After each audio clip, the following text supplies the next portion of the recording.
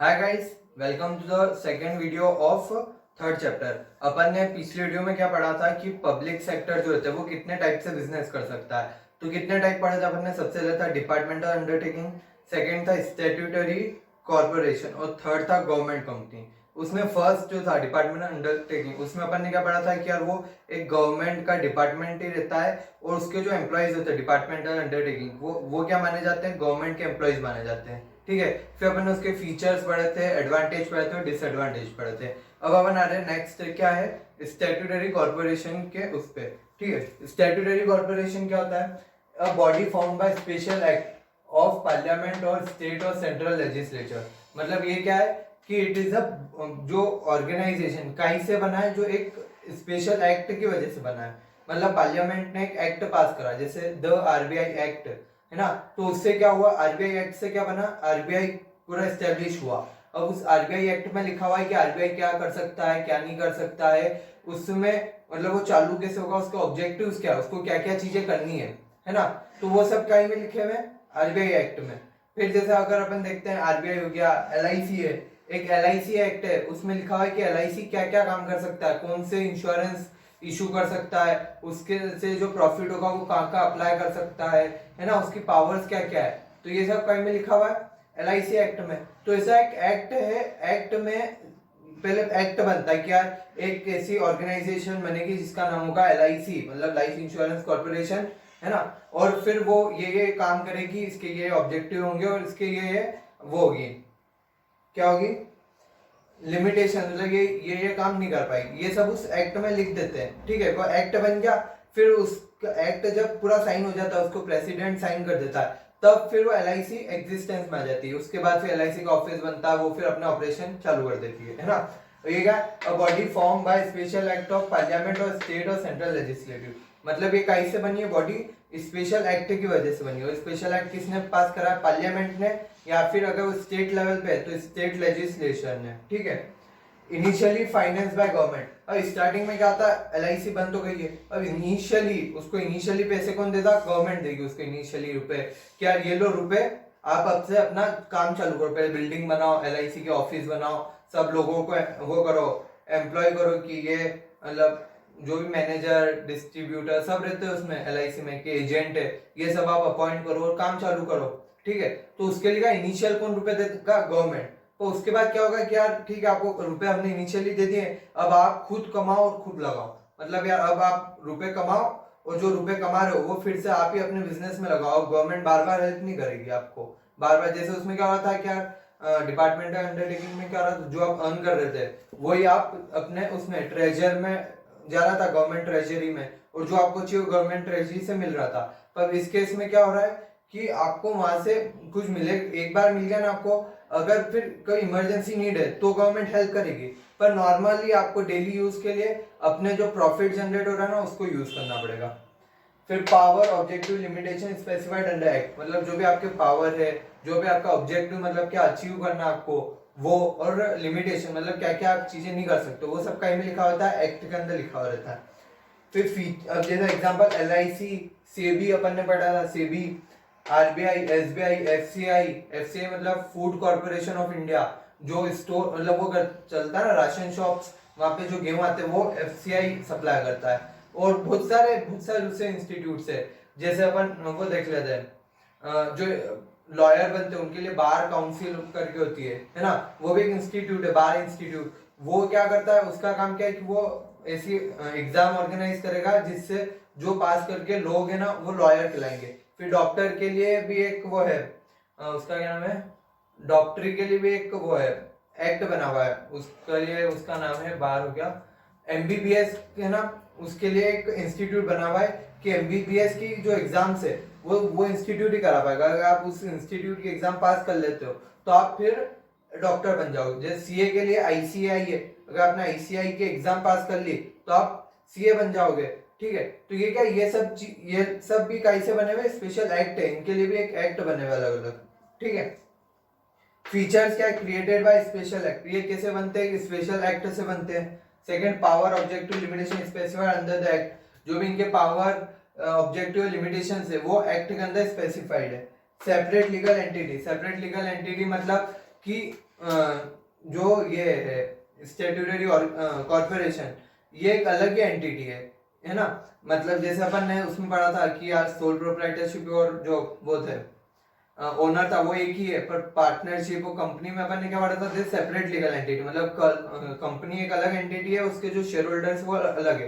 अब इसमें भी क्या है, ये जो आरबीआई है वो एक अलग एंटिटी है और गवर्नमेंट एक अलग एंटिटी है ना। और इनिशियली फाइनेंस उसमें करा था, पर इसको गवर्नमेंट का पार्ट वो नहीं मानेंगे, गवर्नमेंट डिपार्टमेंट नहीं मानेंगे, है ना। ये एक अलग ही इंडिविजुअल हो गई है, सेपरेट लीगल एंटिटी। फोर्थ क्या, manage by board appointed by government. ये मैनेज कौन करता है, इसके लिए कमिटी कौन सिलेक्ट करता है, गवर्नमेंट सिलेक्ट करता है। क्या ये कमिटी है, ये कमिटी आप पूरा आरबीआई को ये कंट्रोल करेगी, है ना। तो कमिटी कौन सिलेक्ट कर रहा है, गवर्नमेंट सिलेक्ट करती है, जो मैनेजिंग कमिटी होती है ना उसको गवर्नमेंट सिलेक्ट करती है। फिर एडमिनिस्ट्रेटिव ऑटोनॉमी, ऑटोनॉमी मतलब फ्रीडम, है ना। तो एडमिनिस्ट्रेटिव मतलब जो कंट्रोल करना है, आपको अपना काम देखने हैं, तो इन्होंने क्या एडमिनिस्ट्रेटिव ऑटोनॉमी दी है। एडमिनिस्ट्रेटिव ऑटोनॉमी में क्या हुआ है कि यार आप जैसा चाहो अपना काम कर सकते हो। डिपार्टमेंटल अंडरटेकिंग में क्या था कि हर चीज आपको गवर्नमेंट से पूछनी पड़ रही थी, पार्लियामेंट से पूछ के हर चीज करनी पड़ रही थी, है ना। जो वो पार्लियामेंट बताएगी वही करना है। पर इसमें क्या अपने हिसाब से जहाँ आपको रुपए लगाने वाला लगाओ, जहाँ आपको जो जिस एम्प्लॉय को वो लग रहा है क्या वो क्वालिफाइड है उसको आप ले लो। ऐसा नहीं गवर्नमेंट बताएगी इसको लेना है इसको नहीं लेना। फिर ओन रूल्स टू रेक्यूटेड एम्प्लॉय, इनके अपने अपने अलग अलग रूल्स हैं। जैसे एसबीआई में आपको अगर वो लेना है नौकरी करनी है तो आपको एसबीआई की जो टेस्ट होता है रिटर्न ओरल इंटरव्यू वो पास करना पड़ेगा, वो अलग होता है। अगर आपको आरबीआई का करना है तो आरबीआई का अलग टेस्ट है, उसका अलग वो है क्या बोलते हैं इंटरव्यू स्टाइल पूरा अलग है। फिर अगर एलआईसी में लेना है तो एलआईसी के अलग रूल्स है, आपको एसबीआई का अलग है, सबके अलग अलग अपने अपने। Accountable to the parliament, accountable to the parliament मतलब ये जो काम कर रहे हैं ना ये पार्लियामेंट को अकाउंटेबल रहते हैं कि एट द ईयर एंड इनको बताना पड़ता है कि हमने ये काम किया, इतने रुपए कमाए हैं और इतने लगा है, इतने इस फील्ड में लगा है, इतना डोनेशन करा है ना, इतना हमको मिला है लोगों से। ये सब चीजें इनको कहाँ जा बतानी पड़ती है, पार्लियामेंट में जाके इनको बतानी पड़ती है कि हमने ये करा पूरे साल भर। क्योंकि रुपए तो गवर्नमेंट के लगे तो गवर्नमेंट थोड़ा चेक तो रखेगी, रेगुलर बेसिस पे नहीं रखेगी, एनुअल बेसिस पे कि यार मतलब साल के एंड पे हमने पूरा एक वो प्रिपेयर करते हैं, रिपोर्ट प्रिपेयर करते हैं, वो पार्लियामेंट के सामने प्रेजेंट होती है। फिर सर्विस मोटिव, इनका मेन मोटिव क्या है कि हमको सर्विस प्रोवाइड करना, लोगों को अर्न करना एक सेकेंडरी मोटिव है, पर मेन मोटिव क्या है कि हमको एट पब्लिक एट लार्ज को सर्विस प्रोवाइड करना है, ठीक है।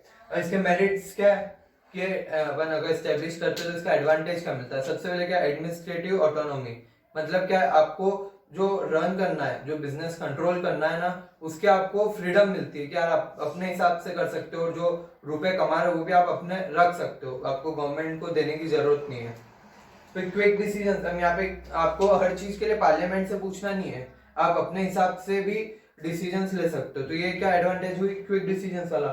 फिर सर्विस मोटिव, कि आपका मोटिव क्या है, सर्विस का है, आपका यहाँ मतलब प्रॉफिट मोटिव सेकेंडरी है, तो फर्स्ट मोटिव क्या है, सर्विस मोटिव। एफिशिएंट स्टाफ, यहाँ पे क्या हो रहा है, स्टाफ जो है वो एज अ प्राइवेट जो कंपनी में जैसा स्टाफ होता है ना वैसा स्टाफ। अब यहाँ पे जो स्टाफ है वो रेड ट्रैपेज्म और ब्यूरोक्रेसी ऐसा फील नहीं करता है। क्यों, क्योंकि यार उनके ऊपर पूरा चेक रहता है, अगर कुछ भी हुआ तो उनका जो कंट्रोल सिस्टम रहता है ना कि यार कोई भी कंप्लेन करेगा तो उनके खिलाफ जल्दी से जल्दी एक्शन लिया जाता है। तो लोग डरते क्या, रेड टेपिज्म ब्यूरोक्रेसी ये नहीं करे हम, इधर इधर एफिशिएंटली मैनेजमेंट होता है। और यहाँ पे जो वो रहते हैं ऑफिसर रहते हैं, जैसे आरबीआई के ऑफिसर्स है वो बहुत क्वालिफाइड रहते हैं, है ना। वहां पे मतलब ऐसा नहीं है जैसे डिपार्टमेंटल अंडरटेकिंग में क्या था कि जो सीनियर रहता है ना उसको जल्दी वो मिलता है, मतलब जो सीनियर है उसको वो मिलेगा, अपन क्या बोलते हैं उसको क्या बोलते हैं अपन उसको क्या बोलते हैं,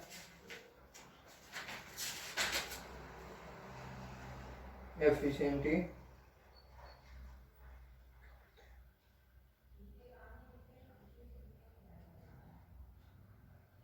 प्रमोशन, यस। उनको क्या प्रमोशन जल्दी मिलता है, वहां क्या होता है कि सीनियरिटी, जो सीनियर है ना सीनियर को प्रमोशन जल्दी मिलता है डिपार्टमेंटल अंडरटेकिंग। पर यहाँ पे क्या, यहाँ उनको नॉलेज के बेसिस पे प्रमोशन मिलता है। अपन अगर डिफेंस में देखते हैं तो वहां फिक्स रहता है, शुरुआत के 5 टाइम्स में, मतलब 5 साल में आपको ये लेवल है, सेकंड के फिर और 3 साल ये लेवल है, फिर ऐसे बढ़ते बढ़ते जो सीनियर मोस्ट हो जाता है वो कर्नल बन जाते हैं, है ना। तो इसमें ऐसा नहीं होता, इसमें आपके नॉलेज जितनी है ना आपको इतना उस लेवल का प्रमोशन मिलेगा।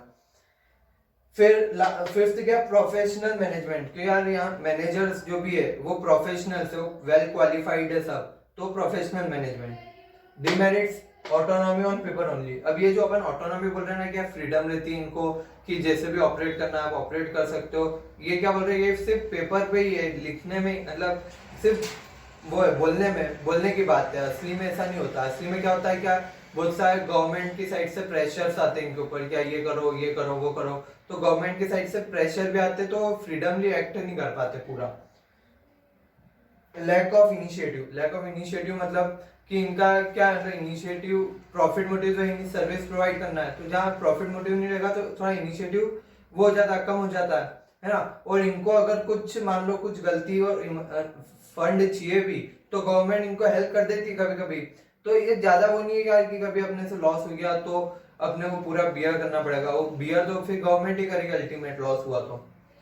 रिजिड स्ट्रक्चर, इनका बहुत स्ट्रक्चर रिजिड होता है, मतलब क्या जो एक्ट में लिखा है ना आपको उसके हिसाब से ही चलना है, अब एक्ट के बाहर नहीं जा सकते हो। मान लो एक्ट में 2-3 चीजें लिखी है, बस आपको 2-3 चीज ही करनी है आपको, अब चौथी चीज आपको लग रहा है हम कर सकते हैं पर आप नहीं करोगे, क्यों, क्योंकि वो एक्ट में लिखा हुआ नहीं है तो आप नहीं कर सकते वो। अनफेयर प्रैक्टिसेस, ये अनफेयर प्रैक्टिसेस मतलब कि यार इसमें फिर जो वो हाई लेवल वो रहते हैं उनके पास पूरा पावर रहता है, हाई लेवल जो डायरेक्टर्स कमिटीज है, तो अनफेयर प्रैक्टिसेस कर सकते हैं अगर वो चाहे एक्सरसाइज तो। अरे सूटेबल कब होता है कि यार कब, मतलब ऐसी जो स्टैट्यूटरी कॉर्पोरेशन है ये बनानी चाहिए, तो फर्स्ट क्या है, रिक्वायर मोनोपोली पावर, मतलब अगर किसी को मोनोपोली मतलब एक छत्र राज, मतलब सिर्फ पूरे मार्केट में वो अकेला होना चाहिए। अब आपने आरबीआई के जैसा और भी देखा है इंडिया में कि जो इतना, मतलब सारी बैंकों को कौन कंट्रोल कर रहा है, आरबीआई, तो आरबीआई के पास क्या मोनोपोली पावर है कि वो अकेला ही, वो नोट कौन छापता है इंडिया में, आरबीआई, तो उसके पास क्या है मोनोपोली पावर है, क्या मेरे अलावा और कोई नहीं कर सकता है, ठीक है। और ये एक लैक ऑफ इनिशिएटिव का कारण ये भी है, क्या इनको पता है कि जो हमको काम मिला है ना, जैसे आरबीआई का जो काम है वो किसी के पास नहीं है, वो अकेला ही है, तो वो नहीं है कि कंपटीशन है मार्केट में मेरा, तो ये वो नहीं है इनके पास, फिर इनिशिएटिव ज्यादा नहीं लेते हैं कि ठीक है मैं अकेला ही हूँ मार्केट में, मेरे को ही करना है, नोट में ही छापूंगा, तो ज्यादा कंपटीशन है ही नहीं कुछ भी, तो मतलब इनिशिएटिव नहीं लेते ज्यादा, ठीक है। फिर सेकंड क्या, रिक्वायर स्पेशल पावर, अगर किसी भी ऑर्गेनाइजेशन को कोई स्पेशल पावर चाहिए है ना, जो नॉर्मली एक्सरसाइज नहीं कर सकता है, तो वो क्या बनेगा, statutory corporation. Requires regular grant from government, अगर उनको कोई ग्रांट की जरूरत पड़ती है बार बार गवर्नमेंट से, तो गवर्नमेंट हेल्प करती है स्टैट्यूटरी कॉर्पोरेशन को अगर उनको नीड होती है, तो अगर ऐसी कोई ऑर्गेनाइजेशन है जिनको गवर्नमेंट से ग्रांट की रिक्वायरमेंट रहती है कभी कभी थोड़े टाइम में, तो वो स्टैट्यूटरी कॉर्पोरेशन बनेगी। Combination of public accountability and operational autonomy, मतलब इसमें अकाउंटेबल वो रहते हैं पब्लिक को, मतलब उनको पूरा प्रेजेंट करना पड़ता है पार्लियामेंट के सामने कि ये काम करा था, ये था, सब हर चीज वहां जाके आपको प्रेजेंट करनी है, तो आपको थोड़ी फ्रीडम भी मिल जाती है, क्या कि आप ऑपरेट, मतलब ऑपरेशन में जो आप काम कर रहे हो उसके लिए आपको थोड़ी फ्रीडम है कि आपकी जैसी इच्छा हो वैसे काम करो, तो आपको अकाउंटेबल किसको होना पड़ेगा, पब्लिक को, मतलब पार्लियामेंट को आपको अकाउंटेबल हो आप, है ना। तो ये क्या है, ये रहता है कि यार आपको थोड़ी फ्रीडम भी दी जा रही है और थोड़ा कंट्रोल भी है, तो आप कुछ गलत नहीं होगा। तो ये अपना क्या था, सेकंड टाइप ऑफ वो था, पब्लिक सेक्टर एंटिटी। अब अपन कल जो अब नेक्स्ट वीडियो में पढ़ेंगे वो क्या रहेगा, जो थर्ड टाइप है गवर्नमेंट कंपनी, उसके बारे में पढ़ेंगे, उसके फीचर्स क्या है, मेरिट्स क्या है, डिमेरिट्स क्या है। Okay, thank you.